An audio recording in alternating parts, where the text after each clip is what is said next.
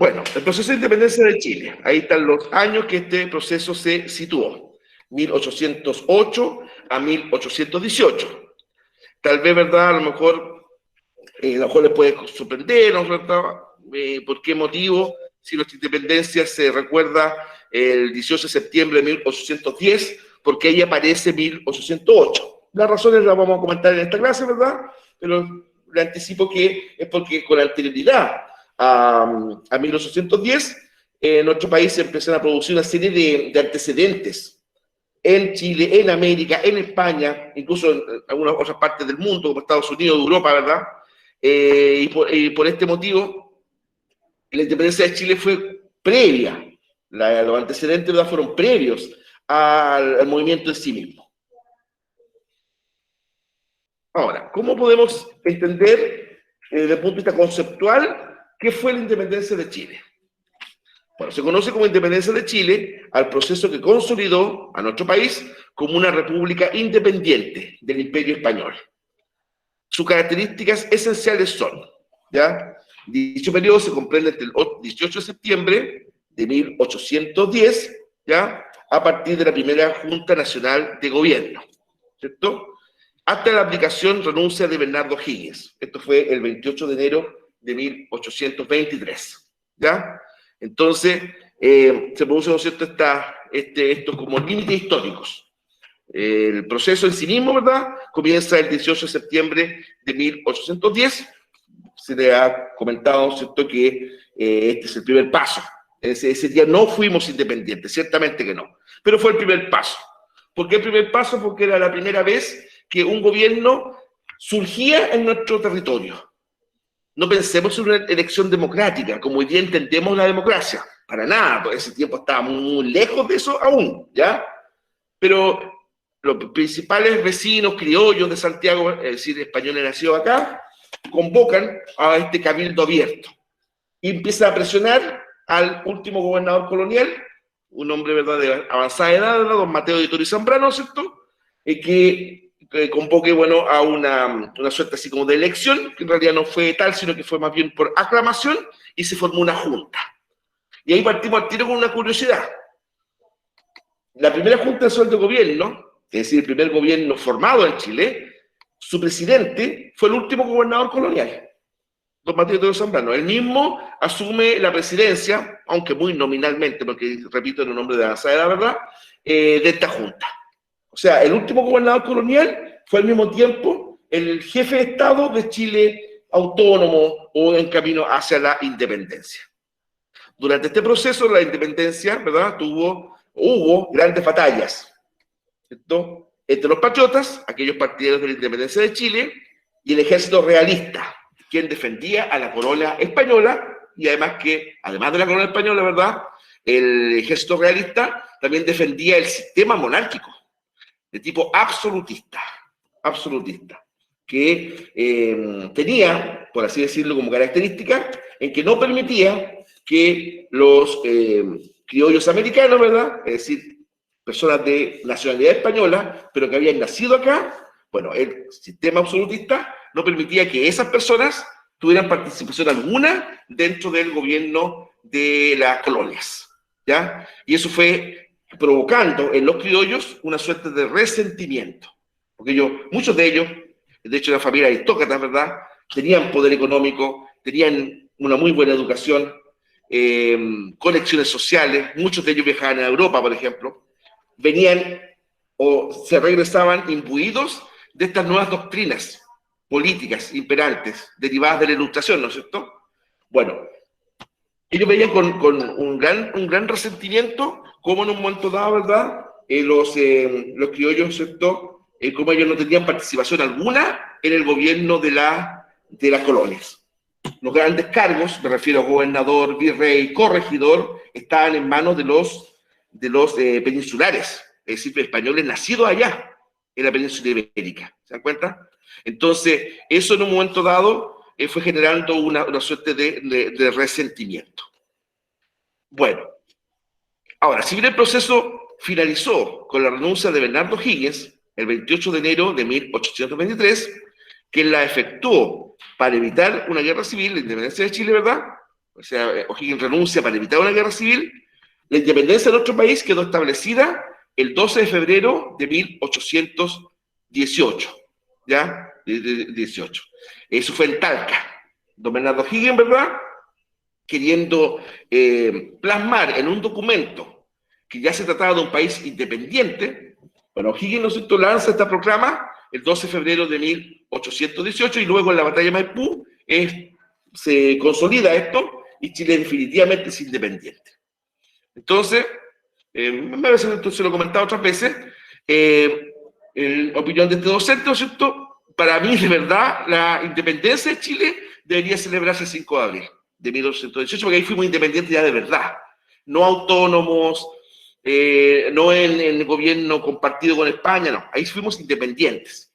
En el campo de batalla, ¿verdad?, el gobierno, mejor dicho, las tropas españolas son derrotadas. Y ahí, ¿cierto?, se ve el ícono inicial de la primera Junta Nacional de Gobierno, don Mateo Toro Zambrano, y al lado el abrazo de Maipú. Ahí tenemos a O'Higgins, ¿verdad? Incluso se alcanza a ver, ¿no es cierto?, a un O'Higgins herido, ¿no es cierto?, porque él había sido herido en la batalla de Cancha Rayada, ¿verdad? Y ahí está como una especie como de venta, alabando al vencedor de Maipú, que fue don José de San Martín, ¿cierto? O'Higgins le habría dicho gloria al Salvador de Chile, y San Martín le responde: general, Chile nunca olvidará al ilustre inválido, es decir, por su condición de herido, ¿verdad?, que se presentó en este estado en el campo de batalla. O sea, un abrazo, ¿cierto? Y por supuesto vienen distintas festividades y comienza en días sucesivos el gobierno de O'Higgins, que va a terminar con su renuncia en 1823. ¿Ya? Bueno, entre paréntesis, como le decía yo anteriormente, si mi relato, ¿verdad?, le evoca alguna idea, algún conocimiento, alguna duda, no tengan ningún inconveniente en preguntarme, ya sea por viva voz o a través, ¿no es cierto?, del chat que gentilmente la tía Jennifer me va a leer, ¿ya? Así que les convoco para que me puedan ustedes hacer preguntas libremente. Bueno, ahí tenemos, ¿verdad?, una línea de tiempo, ¿no es cierto?, los periodos de la historia, de la independencia específicamente, la Patria Vieja, con su bandera respectiva. Esta bandera fue creada por José Miguel Carrera, ¿verdad? Me parece una clase por ahí, yo les comentaba que esta bandera fue creada, ideada por Carrera José Miguel y bordada personalmente por Javiera, su hermana, esto fue la mayor, Javiera Carrera, ya en la hacienda esto fue la hacienda del Monte, actual región metropolitana. Los colores azul, blanco y amarillo, ¿verdad? Hay varias interpretaciones respecto a eso, ¿eh? ¿Qué significan esos colores? La más recurrente, bueno, el azul por el cielo, ¿cierto?, el blanco por la cordillera, ¿verdad?, y el amarillo por el trigo, claro, porque nuestra agricultura en ese tiempo tenía como principal producto de exportación el trigo, ¿verdad? Se decía que incluso por el trigo, Chile era el granero del Perú, el verdad del Perú, ¿ya? Esa fue la primera bandera. Ahora, dentro de este contexto de la Patria Vieja, bueno, se forma, como dije, ¿verdad?, la primera Junta Nacional de Gobierno y se empieza a gestar el ideario emancipador. Y en este aspecto, hay que decirlo claramente, ¿verdad?, José Miguel Carrera va a tener el protagonismo. Yo diría que Carrera fue protagonista de la primera parte del periodo de independencia, es decir, de 1810 hasta 1814, ¿verdad? De hecho, de los próceres de la independencia, es José Miguel Carrera el primero que abiertamente lanza la proclama, ¿verdad?, de que Chile va a ser independiente. Entonces, por eso es que para muchos el verdadero padre de la patria es Carrera. Hay una discusión que se mantiene hasta el día de hoy, digamos, quién de verdad fue el padre de la patria. Uno dice Carrera, otro dice O'Higgins, ¿verdad? Pero lo hecho es que al parecer que fue ninguno de los dos. Los historiadores actuales incluso hasta se inclinan por San Martín, José de San Martín, fíjense. Bueno, en este periodo también se empiezan a difundir las ideas ilustradas. Recuerden que en Europa, ¿verdad?, esto nace en Inglaterra y después se masifica en Francia, ¿no es cierto? Surge el movimiento de la Ilustración en el siglo XVIII, un movimiento filosófico, pero que tenía su lista política muy importante. Pensadores como Voltaire, Montesquieu, Rousseau, en sus pensamientos, en sus obras, especialmente, por ejemplo, El espíritu de las leyes de Montesquieu, empiezan a cuestionar grandemente el sistema absolutista. Claro, sistema absolutista. O sea, Montesquieu, ¿verdad?, impugna, ¿no es cierto?, el derecho de los reyes a gobernar incluso. Montesquieu dice, no, pues el origen del poder político no está ni en Dios ni en el rey, está en el pueblo. ¿Ya? Y el pueblo le entrega como un mandato al soberano la capacidad de gobernar. ¿Se dan cuenta? Entonces, esas son las bases de la democracia moderna. Obviamente, en un sistema absolutista, ¿verdad?, tal afirmación no podía ser permitida, porque en el fondo estaba socavando el poder del rey, ¿verdad? Rousseau, en el contrato social, ¿verdad?, establece una suerte de pacto político entre el gobernante y los gobernados. Los gobernados le entregan el poder al gobernante para que gobierne al servicio de la gente, pero también, así como le dan el poder, también se lo pueden quitar cuando el gobernante no cumple con su parte del pacto. ¿Se dan cuenta? Eso establece, ¿verdad?, Rousseau en su obra El contrato social. Bastante más larga que eso, pero un resumen bastante como puntual, ¿ya? Y Voltaire indica que la principal cualidad humana no es la obediencia al rey, no es la creencia en Dios, no es, por ejemplo, el elemento, ¿verdad?, de tipo de disciplina social. No, dice. La principal cualidad humana, dice Voltaire, es la libertad. La libertad. Entonces, obviamente, la Ilustración, como cuerpo filosófico, evidentemente va a investir fuertemente a la monarquía absoluta. Por eso que las obras de los Ilustrados estaban prohibidas en todas las colonias americanas. Pero los criollos, como eran gente de recursos, ¿no es cierto?, muchos de ellos enviaban a sus hijos mayores, ¿no es cierto?, a Europa, y estos se la ingeniaban de repente en baúles, en medio del vestuario, en un bolsillito por acá, en algún, ¿no es cierto?, gaveta por allá, y trayendo de manera clandestina estos libros a América. A América.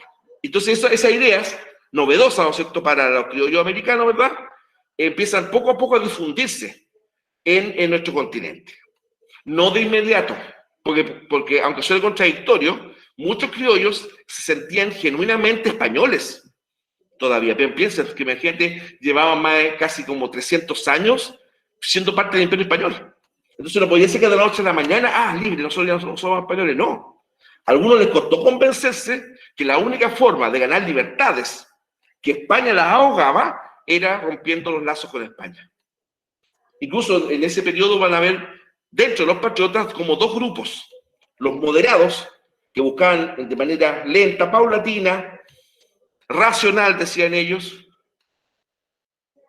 los nexos con España, por una parte, ¿ya? Y por otro lado estaban los exaltados, que decían que no, esta cosa hay que se la de una, ya. Y si es necesario por métodos violentos, por métodos violentos. Fíjense que a pesar de la que primera de esas posturas nos parece más cuerda, nos parece más racional, los hechos le dieron la razón a los exaltados. Porque España, de manera paulatina, amistosa, si se quiere, no iba nunca a darnos libertad. Por lo menos nunca nos dio esa una intención de darnos autonomía que sea. No. O sea, los hechos demostraron que los exaltados tenían razón, increíble, ¿eh? Y generalmente uno siente que la moderación es como la madre de las virtudes, ¿no? ¿Verdad? Una persona moderada. En el caso de la independencia, fueron los exaltados los que tenían razón. Y de hecho, muchos moderados con el tiempo, O'Higgins entre ellos, se empiezan a convencer de que no, aquí estamos perdiendo el tiempo tratando de llegar a acuerdos con España, estos otros nunca nos van a dar la libertad que tanto queremos, o parte de ella, y hay que, no sé, empuñar la arma, ¿verdad? De hecho, O'Higgins parte siendo moderado, y se pasa después al bando exaltado y un pequeño tiempo, ¿verdad?, de amistad con Carrera, digamos. Después se tornan enemigos irreconciliables, ¿verdad? Justamente en medio de esa enemistad entre Carrera y O'Higgins es que llega la batalla de Rancagua, ¿verdad?, en donde las fuerzas realistas, al mando de Mariano Osorio, derrotan de manera absoluta a las fuerzas patriotas al mando de O'Higgins. Se produce incluso un malentendido para algunos, una suerte de mala jugada para otros, entre los propios jefes patriotas. Claro, se recriminan mutuamente la culpa de la derrota, ¿verdad? Pero lo cierto es que Chile cae en poder de España por la fuerza. Y se nos viene una noche política que dura prácticamente 3 años, de 1814 a 1817. En ese lapso, ¿verdad?, Fernando VII recupera su libertad, pues puede ser que estaba preso, ¿no es cierto?, en Francia. Napoleón Bonaparte lo tenía cautivo, ¿no es cierto? Y lo malo está que cuando llega a España y recupera su trono, desconoce todas las reformas liberales que en su ausencia habían logrado incluso los españoles, ¿verdad?, en la madre patria. Y si eso hizo en España, obviamente estaba claro que a América le iba a pasar lo mismo, ¿no? Bueno, en ese lapso entonces se cambia la bandera, el color amarillo es cambiado por el rojo, porque después estas dos banderas, la segunda y la tercera, fueron obras del gobierno de O'Higgins, ¿eh? El amarillo, que representaba supuestamente al trigo, ¿verdad?, es cambiado por el color rojo, queriendo simbolizar la sangre de los patriotas caídos en las luchas, especialmente en la batalla de Rancagua. Ahora, en paralelo, lamentablemente, el gobierno realista va a someter a los patriotas a una fuerte represión. Francisco Casimiro Marco del Pont, ¿verdad?, y su tristemente célebre capitán Zambruno va a provocar una serie de medidas represivas contra los patriotas. Relegaciones, desaparición de personas. La masa popular, la masa popular en sus primeros momentos era más realista que patriota. Claro, por ejemplo, el hombre y la mujer de pueblo, por ejemplo, el aldeano, la aldeana, no entendía mucho el tema de la libertad, de la autonomía. Que desde chiquitito habían visto el reino, o la imagen del rey, mejor dicho. Entonces, en la Reconquista, con la represión que hicieron las autoridades españolas con el pueblo, claro que muchas veces, por ejemplo, cuando un asentado patriota estaba oculto, caían los Talaveras, esta policía secreta, ¿verdad?, al mando de Zambruno, y capturaban aldeanos, mujeres de pueblo, gañanes, etc., y aplicaban tortura para que les dijeran dónde estaban sus patrones, para capturárselos y llevarlos. Juan Fernández, por ejemplo. Entonces, la causa realista comienza a ser abominable en el pueblo. O sea, la causa realista, increíble, ¿eh?, se hizo popular durante la Reconquista, pero por las malas prácticas de los españoles, especialmente Marco del Pont. Mariano Osorio trató de hacer un gobierno de conciliación, pero tampoco le resultó mucho, ¿ya? Entonces, ahí, digamos, el pueblo, comillas, chileno, no se puede hablar todavía mucho de chileno, pero o patriota, digamos, comienza de verdad a querer ser independiente. Bueno, y esto se logra el 12 de febrero de 1817, en los campos mejor dicho, en la cuesta de Chacabuco, aquí cerca de los Andes, ¿ya? En Argentina, especialmente en Mendoza, es que a San Martín, yo no sé si me estoy repitiendo los conceptos, pero fíjense que a San Martín nunca le hemos sido muy gratos como país. Hemos sido medio mal agradecidos con el general San Martín. Si de hecho él hizo el ejército, O'Higgins le ayudó, sin duda, pero la obra del ejército libertador fue de San Martín. Porque el plan de él, ¿no es cierto?, era ya, había liberado a Argentina, pasaba la cordillera, liberar a Chile, y después iba a hacer lo mismo en el Perú, ¿ya? Entonces Chile era como la segunda, o el segundo eslabón de la cadena. Se prepara el ejército libertador, ojo, atraviesan la cordillera de los Andes, una proeza militar en esa época, ¿verdad?, y caen sobre los realistas en la batalla de Maipú, ahí cerca de los Andes, como dije recién. Triunfo patriota absoluto, ¿verdad?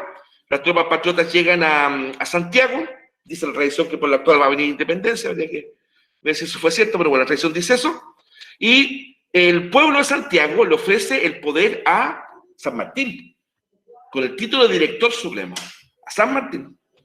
Pero, fueron entre 2 a 3 veces que le ofreció, ¿no es cierto?, el gobierno a San Martín. Pero San Martín lo rechaza, eso, fundamentalmente por el hecho de que su objetivo no era gobernar Chile, sino que pasar al Perú. Y como ya estaba conversado, la persona que iba a tomar el mando en Chile era O'Higgins. Entonces, ante la negativa de San Martín, ¿verdad?, en otro cabildo abierto, hubo mucho en esa época, el pueblo de Santiago, entendiendo como pueblo las familias más importantes, ¿verdad?, le ofrecen el mando a O'Higgins, el cual acepta porque estaba conversado que iba a ser así. ¿Se dan cuenta? Entonces, ahí, ¿verdad?, ya Chile empieza a ser como de verdad independiente, pero faltaba una expedición española más. Nuevamente Mariano Osorio, ¿verdad?, invade Chile y el ejército nuestro se enfrenta primero a los realistas en el combate de Cancha Rayada. Ahí donde O'Higgins es herido en un brazo, ¿cierto? Incluso se rumoreaba que San Martín había muerto. Bueno, esos rumores fueron falsos, ¿verdad? Y en las afueras de la ciudad de Santiago, lo que hoy día es la comuna de Maipú, ¿verdad?, se organizó la defensa. Y el triunfo patriota fue absoluto, como dije antes, ¿no es cierto? Y de ahí de verdad ya fuimos independientes. El gobierno de O'Higgins después cambia la bandera ¿cierto? ¿Por qué? Porque el gobierno de Holanda, actualmente llamado Países Bajos, ¿no es cierto?, solicitó un cambio porque prácticamente la bandera de ellos era similar. Entonces, lo cual O'Higgins accede, ya que don Bernardo, ¿verdad?, quería tener buenas relaciones con muchos países europeos. Recuerden ustedes que O'Higgins vivió en Europa, primero en España y vivió en Inglaterra, por lo tanto, tenía conciencia de lo importante que era tener buenas relaciones con los países europeos. Y ahí llegamos a esta bandera. ¿Ya? Llegamos a esta bandera. De hecho, hay varias teorías de quién la mandó a hacer, o quién se le ocurrió hacer esta bandera. La más recurrente es que dicen que fue el asesor del gobierno de O'Higgins, primero ministro y después adversario, en estos tiempos eran así, don Bernardo de Vera y Pintados, que él, ¿no es cierto?, se le ocurre, ¿no es cierto?, hacer una bandera, primero dividida en dos partes, ¿no es cierto?, y después la parte superior en tres partes, ¿verdad?, una parte azul y las otras dos partes unidas, blanco.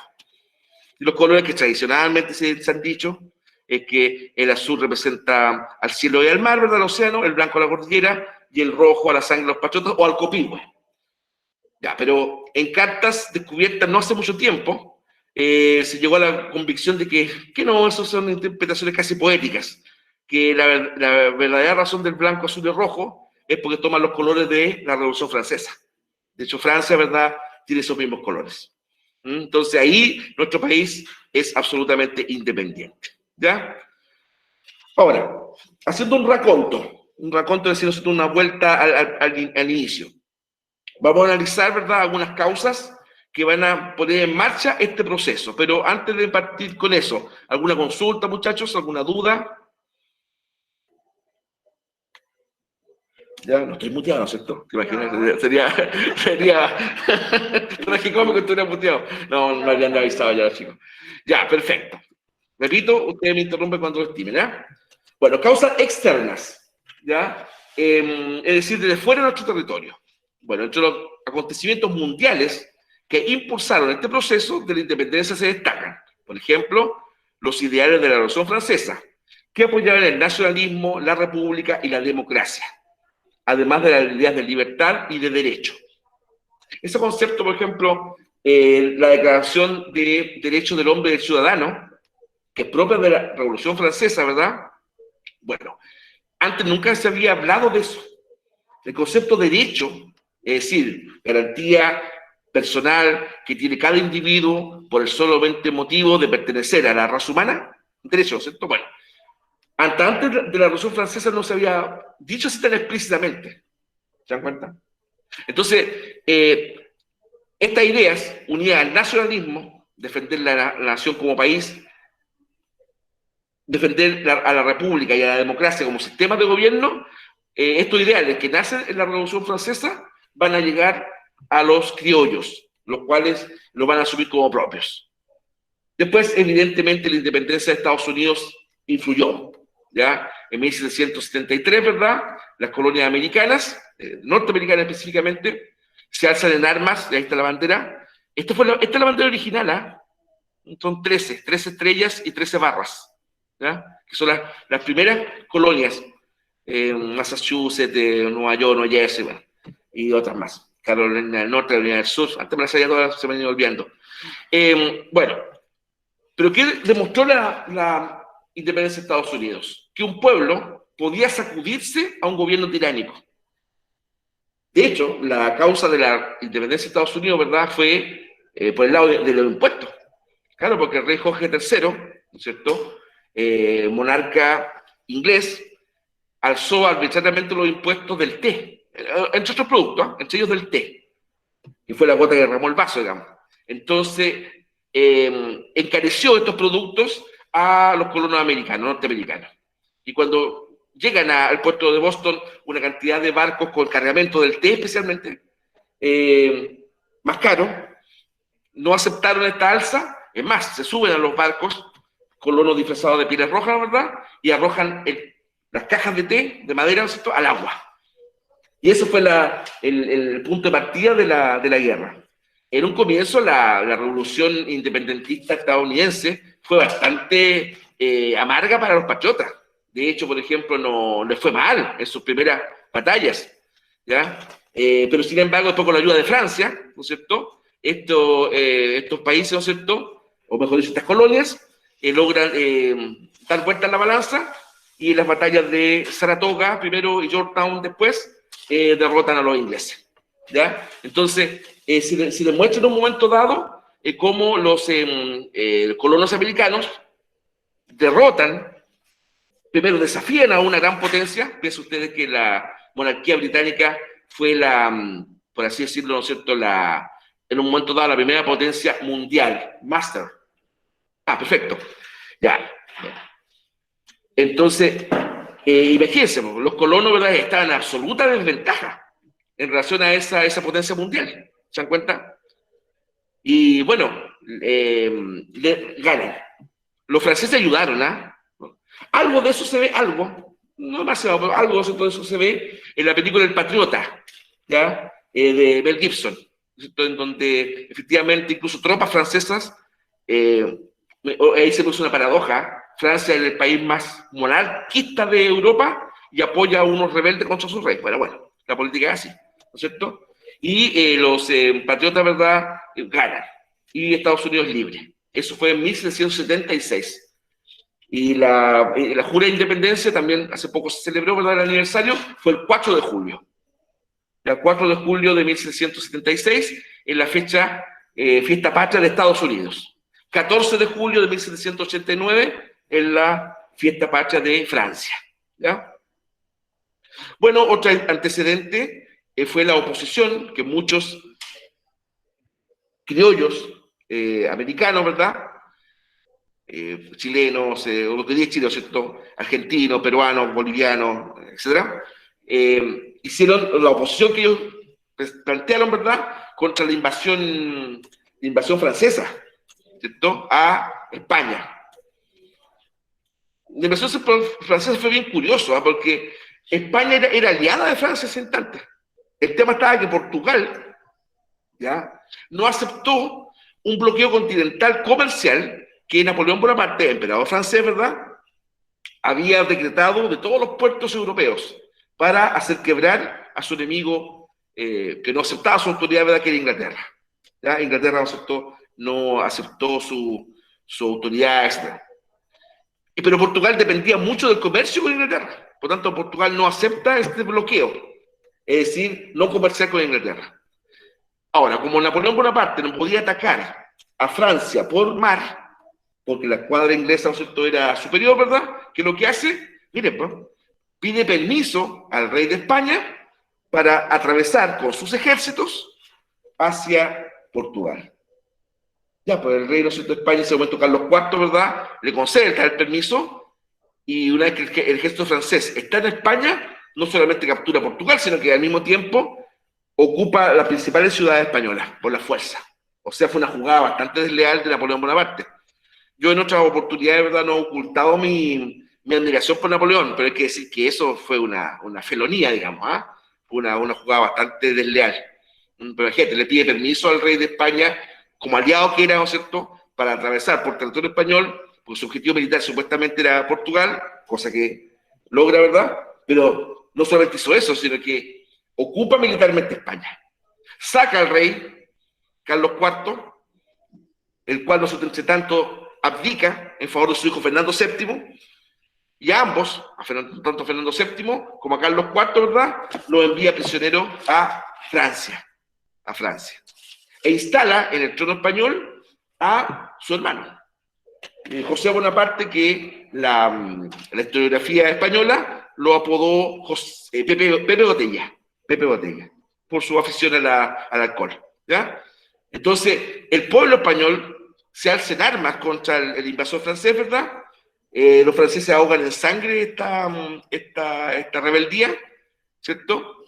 Y aquí yo tenía el tema, y eso es como, yo repito mucho esta palabra, pero que es de verdad necesario. Lo paradójico es que los primeros que formaron juntas de gobierno para, valga la redundancia, para gobernar territorio a nombre del rey cautivo, en este caso Fernando VII, ¿verdad?, fueron los españoles. Si las primeras juntas se formaron en España, muchachos. Por lo que, ¿cuál es el concepto? El rey legítimo está preso. El rey legítimo, ¿verdad?, está detenido en Francia. Por lo tanto, el poder que él detentaba vuelve a nosotros, vuelve al pueblo.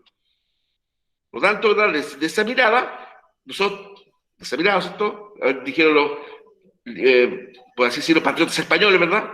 Tenemos el derecho a formar un gobierno a nombre del rey legítimo. Y lo hicieron. Incluso después hubo una junta que unificaba todas estas juntas locales, que era la Junta de Cádiz, la Junta Liberal de Cádiz, en 1812. ¿Ya? Bueno, ¿cuál fue el problema? Que ese derecho que los españoles creyeron que tenían en España, bueno, ese mismo derecho lo negaron a los criollos americanos, porque no aceptaron, ¿verdad?, que aquí en América también se hicieran juntas.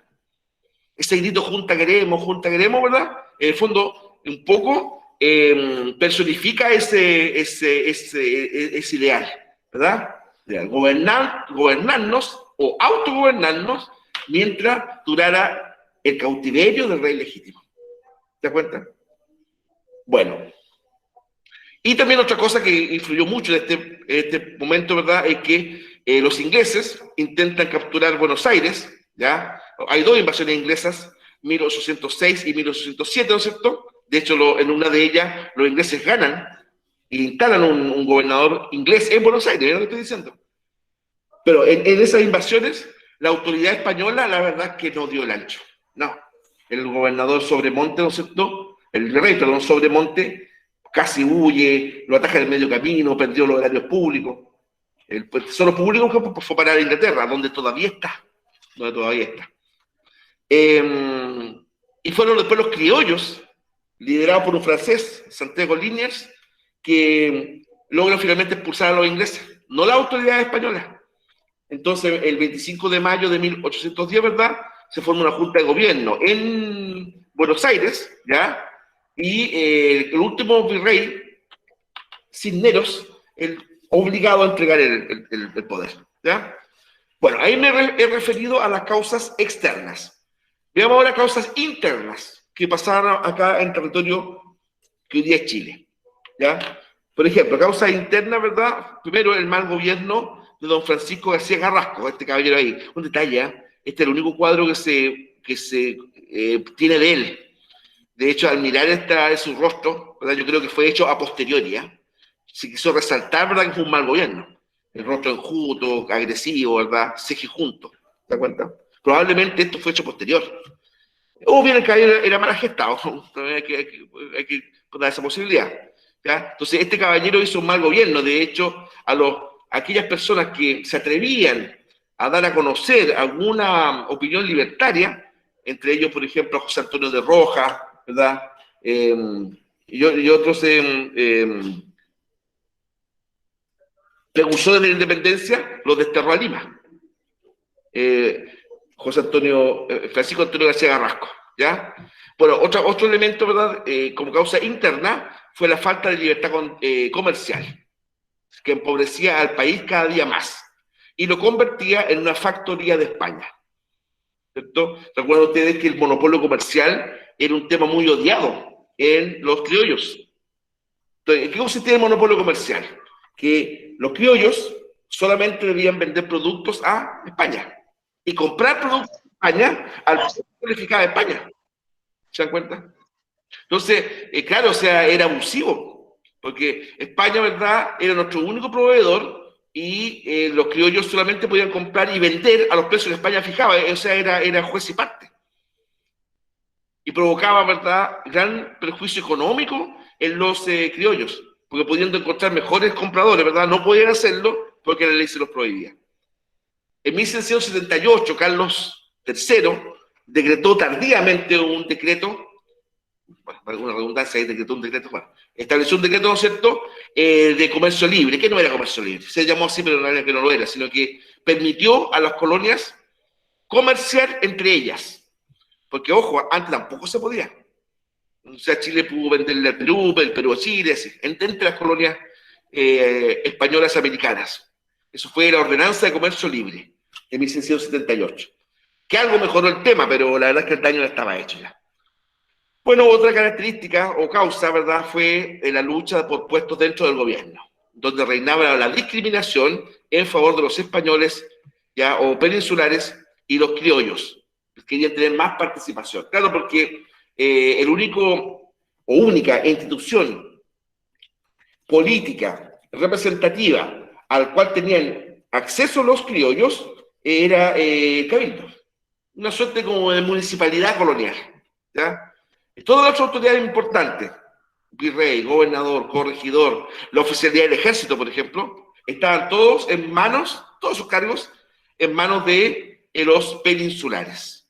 ¿Se dan cuenta? Entonces, claro, los criollos tenían ese tema, esa rabia, digamos. De repente, hombre muy ilustrado, ¿verdad?, de grandes capacidades, podía solamente llegar a cargos medios y bajos, no a cargos importantes. Fíjese usted una cosa, el primer gobernador de Chile, colonial, que nació en Chile, ¿saben quién fue? Don Mateo de Zambrano, el último. Todo el resto nació en España, con una excepción, Ambrosio Higgins, nació en Irlanda, ¿ya? Todo el resto eran nacidos en España. Entonces eso es lo que llenaba a los criollos de rabia, de rabia contenida, que estalla esa rabia, ¿verdad?, con la independencia. Bueno, la etapa de la independencia de Chile, de alguna forma ya me he referido, ¿verdad? Es solamente recalcar los límites históricos. En la Patria Vieja, nosotros tenemos a José Miguel Carrera y la bandera que él mandó hacer corresponde a la primera etapa de la independencia, la cual abarca desde la primera Junta Nacional de Gobierno, 1810, hasta la batalla de Rancagua, 1814. Luego de la cual se da inicio a la etapa de la Reconquista, ¿ya? Bueno, ahí, por ejemplo, además del gobierno de Carrera, hubo otras cosas importantes. Por ejemplo, el Congreso Nacional dicta la ley de libertad de vientres, ¿ya? En la cual se decretó que todo hijo de esclava nacía libre, ¿ya? Es decir, una esclava, ¿no es cierto?, que estaba encinta, es decir, embarazada, el bebé al nacer era libre. Ya, no era la abolición total, pero por lo menos, ¿no es cierto?, en ese instante los esclavos sabían que al menos sus hijos iban a ser libres. También esta misma ley prohibía la compra de más esclavos, adultos, ¿ya? No se podía comprar más esclavos. Y también decía, una cosa bien importante, digamos, que un esclavo que anduviera con su amo, en Chile, por ejemplo, y se quedara más de 6 meses, quedaba libre. O sea, era una ley bastante avanzada, pero no se considera abolición de la esclavitud porque los adultos que vivían en Chile antes de esta ley, y surgió esta ley, todavía siguen siendo esclavos. Más adelante vamos a ver que Ramón Freire, en 1823, elimina ya completamente la esclavitud. Nuestro país fue el segundo país en el mundo que hizo eso, pero de todas maneras fuimos muy anteriores, ¿verdad?, a Estados Unidos, a Brasil, a Colombia, a Venezuela, etc. ¿Se dan cuenta? Entonces, de hecho, por ejemplo, uno de los primeros, esto no es, no estoy hablando con camiseta puesta, sino que fue así, una de las primeras personas en Perú que liberó a los esclavos negros, africanos, ¿verdad?, de origen africano, fue O'Higgins, Bernardo O'Higgins, claro, en su testamento, como un agradecimiento del Libertador, ¿verdad?, por los servicios prestados por ellos, durante su vida, ¿verdad?, decretó que cuando él falleciera, todos sus esclavos quedaban en libertad. Y incluso una vez habían personas de la ciudad peruana y de raza afroamericana, ¿verdad?, que llevaban el apellido de O'Higgins, claro, O'Higgins. Porque recuerden ustedes que cuando se produce la emancipación de los esclavos, generalmente los esclavos, ¿verdad?, conservaban el apellido del último de sus amos. Y como en este caso fue O'Higgins que los liberó, hubo personas que durante muchos años, yo recuerdo en mi infancia, hace algunos años, ¿ya? Vi en una selección peruana por ahí un jugador de apellido Higgins. Sí, O'Higgins. Bueno, tenemos, ¿verdad?, también, ¿no es cierto?, batalla, como dije, de los patriotas contra los realistas, ¿verdad? Y el objetivo de ello era hacer de Chile una república independiente y los realistas de mantener las estructuras monárquicas. Es decir, que siguiera gobernando el virrey, por ejemplo, Perú-México, el gobernador, etcétera, corregidor. La Real Audiencia, por ejemplo, ¿ya? Que la Real Audiencia después fue suprimida. La Real Audiencia, acuérdense que era el Tribunal de Justicia, ¿no es cierto? Bueno, y fue reemplazada por el Supremo Tribunal Judiciario, que sería el origen de la Corte Suprema actual, ¿ya? Ya, y en la batalla de Rancagua, ¿verdad?, comienza la Reconquista, española, un proceso, ¿cierto?, de 3 años, en la cual en ese momento van a gobernar nuevamente autoridades españolas. De hecho, ellos van a echar fuga cero, es decir, retroceden, ¿verdad?, todas las medidas que tomaron los realistas, de los patriotas, perdón, los patriotas. De hecho, la bandera, por ejemplo, la sacan. Vuelve a flamear en los edificios públicos de Santiago, por ejemplo, la bandera española. ¿Ya? La bandera española. Bueno, en la etapa, ¿cierto?, de la Patria Vieja, se destaca fundamentalmente a 2 personajes. Juan Martínez de Rosas, para muchos el verdadero precursor de la independencia fue él, ya se le nombra muy poco, ¿verdad? Y al ya mencionado José Miguel Carrera, también de acuerdo a la opinión de muchos historiadores, ¿verdad?, es como el verdadero padre de la patria. Lo que pasa es que, a ver, ¿por qué no hay un consenso al respecto? Porque Carrera, si es cierto, fue el primero que quitó libertad, como dijo Neruda, quitaste libertad sin reyes y sin tiranos. Eso es un poema de Pablo Neruda, ¿verdad?, con respecto a Carrera. El problema está en que Carrera vinculaba toda acción libertaria, pero con él y su familia. O sea, no entendía la independencia de Chile sin que estuviera él como protagonista. Y eso le granjeó muchos enemigos, entre ellos patriotas. Sí, por eso que en un momento dado, como que los patriotas dejaron de pensar que el enemigo eran los realistas y empezaron a enfrentarse entre ellos. Hubo una batalla increíble entre el ejército de O'Higgins y el ejército de Carrera, en la afuera de Santiago. ¿Se dan cuenta?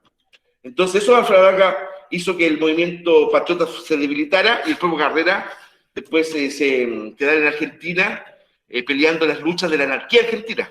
Y de hecho Carrera fue fusilado en Mendoza. Fue fusilado en Mendoza. También, pues, ese hecho, por ejemplo, en un comienzo se quiso vincular al gobierno de O'Higgins respecto a eso. No, así que Mendoza en ese momento tenía un gobierno propio. En ese tiempo no existía Argentina como Argentina. Ya Buenos Aires tenía gobierno propio, Mendoza. Y cuando Carrera es capturado en la guerra civil argentina, ¿verdad?, es fusilado en Mendoza. Esto fue en 1821. Nunca más volvió a Chile, ¿eh? Nunca más. Bueno, de la Reconquista Española, ¿verdad?, agregar solamente que tuvo 2 gobernadores realistas, Francisco Casimiro Marcó del Pont y Mariano Osorio. Ya ellos, junto con reprimir a los patriotas, echaron por tierra toda medida libertaria. Suprimieron la libertad de comercio, reimplantaron el monopolio comercial, volvió a funcionar la Real Audiencia. Ese es todo lo que había hecho Carrera, fundamentalmente, ellos lo tiraban para atrás. En la Biblioteca Nacional, por ejemplo, creada por Carrera, el Instituto Nacional, el mismo que en este momento funciona en Santiago, por ejemplo, ese también fue cerrado por los realistas. ¿Te das cuenta? O sea, fue bastante reaccionaria su política. Ahora, dentro también de este periodo se destaca Manuel Rodríguez, abogado y guerrillero patriota, ¿verdad?, cuya misión, esa misión se le entregó a San Martín, porque ahí también se da una curiosidad. Rodríguez era enemigo mortal de O'Higgins, pero amigo de San Martín. Claro, sí, de hecho, después, ¿no es cierto?, cuando gana la batalla de Maipú, prácticamente a Rodríguez no lo matan antes gracias a San Martín. Bueno, San Martín le entrega a Manuel Rodríguez, ¿verdad?, la misión de formar montoneras y constantemente atacar al ejército realista y mantenerlos dispersos, porque se estaba preparando en Mendoza la invasión a Chile, ¿ya? La invasión que se produjo, ¿verdad?, después el triunfo de Chacabuco. Bueno, entonces ahí la fama de Manuel Rodríguez aumentada de repente, exagerada en una oportunidad, pero bueno, genuina en todo caso, plasma en el pueblo de Chile. Por eso hasta el día de hoy pues, un personaje muy, muy querido, ¿ya? Y además que el enfrentamiento después que tuvo con O'Higgins y su muerte, asesinado, ¿verdad?, ahí en Tiltil, lo elevan, ¿verdad?, a categoría de mártir. Pero la verdad es que en ese aspecto el principal aporte de Manuel Rodríguez a la independencia fue mantener viva el ideal independentista dentro de la Reconquista. Sí, eso fue fundamentalmente. Él era abogado. Bueno, tenemos la Patria Nueva, que va a coincidir con el gobierno de Bernardo O'Higgins. Este gobierno va a ser un gobierno muy próspero en materia de obras materiales. De hecho, muchas de ellas se mantienen hasta el día de hoy. Por ejemplo, pongo un ejemplo. En Santiago existía el basural de la Cañada, que era un lugar donde los santiaguinos iban a botar basura, así tal cual. Bueno, O'Higgins manda limpiar todo eso e hizo un paseo público, la Alameda. Por eso que la avenida Libertador General Bernardo O'Higgins, ¿verdad? Se sigue llamando por muchos la Alameda. La Alameda. O'Higgins le puso la Alameda de las Delicias, ¿ya? Un día anda Santiago y pregunta, ¿dónde queda la avenida Libertador General Bernardo O'Higgins? ¿Dónde queda la Alameda? Ah, ese es como se conoce más con ese nombre. Ya el mercado de Abasto, al lado del río Mapocho, también creado por O'Higgins. La escuela militar, la escuela naval, ya, obra de O'Higgins. Él abolió los títulos de nobleza, los escudos de armas familiares, las casas, por ejemplo, los mandó, los prohibió O'Higgins. El tema de las corridas de toro y las riñas de gallo, por apuesta, ¿no es cierto?, también fueron prohibidas por O'Higgins, por considerar, ¿verdad?, espectáculos crueles, ¿no es cierto? Yo creo que de verdad don Bernardo no juega en línea al rodeo, por ejemplo, desde ese punto de vista, ¿no es cierto?, tal vez. Bueno, pero lamentablemente el tema de la muerte de Carrera y la muerte de Manuel Rodríguez le echó sombra a su gobierno. Y además que el tema que estaba muy comprometido con San Martín. Y el objetivo de San Martín era preparar la invasión al Perú. De hecho lo hacen, de hecho ahí está la escuadra libertadora. Entonces, para financiar esa escuadra, oye, un país pobre como éramos nosotros, de hecho, la más trasmando cualquiera, que de verdad, voy a decir la frase, mientras en el Perú el mulato anda con sandalias, en Chile el guaso anda con ojotas. Eso era más o menos lo que se decía. Bueno, oye, exprimió al pueblo con impuestos para costear esta escuadra. Entonces eso empezó a... Este gobierno que fue muy popular en un comienzo, pues el padre de la patria, después fue obligado a renunciar. Pues ahí está esa escena, ¿no es cierto? Está muy bien hecho esto en la película O'Higgins, protagonizada por el actor Julio Milotich, ¿cierto? En donde de verdad, ¿no es cierto?, hace un gesto, ¿verdad?, echa el poder, dice, ahora que ya soy un ciudadano, ¿verdad?, si alguna desgracia que ustedes han sufrido, soy yo el culpable, bueno, descarguen sobre mí la venganza. Ahí se abre la casaca, no la saltan los botones, ¿cierto?, dispárenla. Nadie lo hizo, lo aclamaron, ¿verdad?, pero lo sacaron del cargo.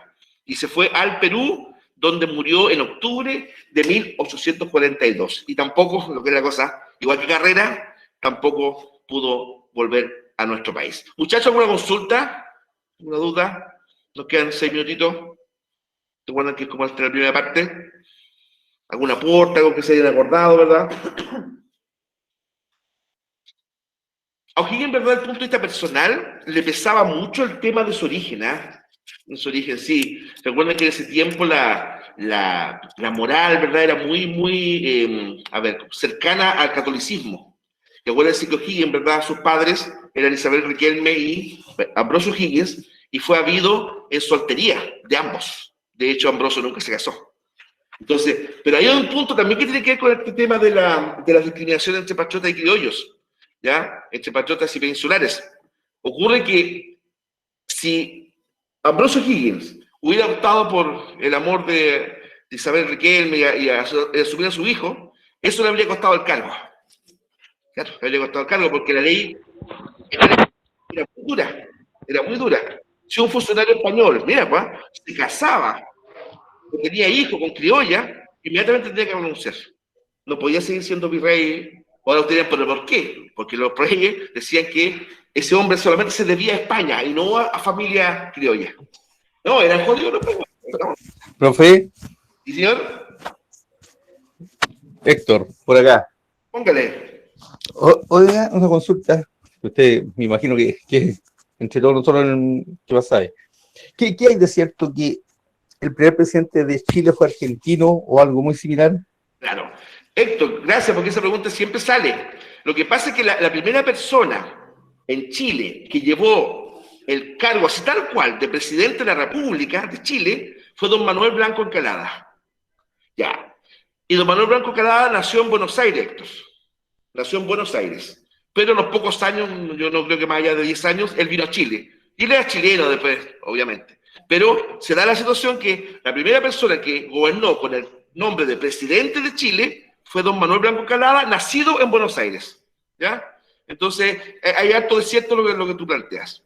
No, ahora, él no fue el primer gobernante, ¿eh? El primer gobernante fue Mateo Toro Zambrano. Pero él fue el primero que llevó el cargo, así, tal cual, presidente de Chile. Don Manuel Blanco Encalada, que nació en Buenos Aires, pero al poco tiempo, prácticamente toda su vida vivió en nuestro país. Y también fue el comandante de la escuadra, después de Lord Cochrane. Así que sí, hay bastante de cierto lo que tú dices, Héctor. Gracias por la pregunta.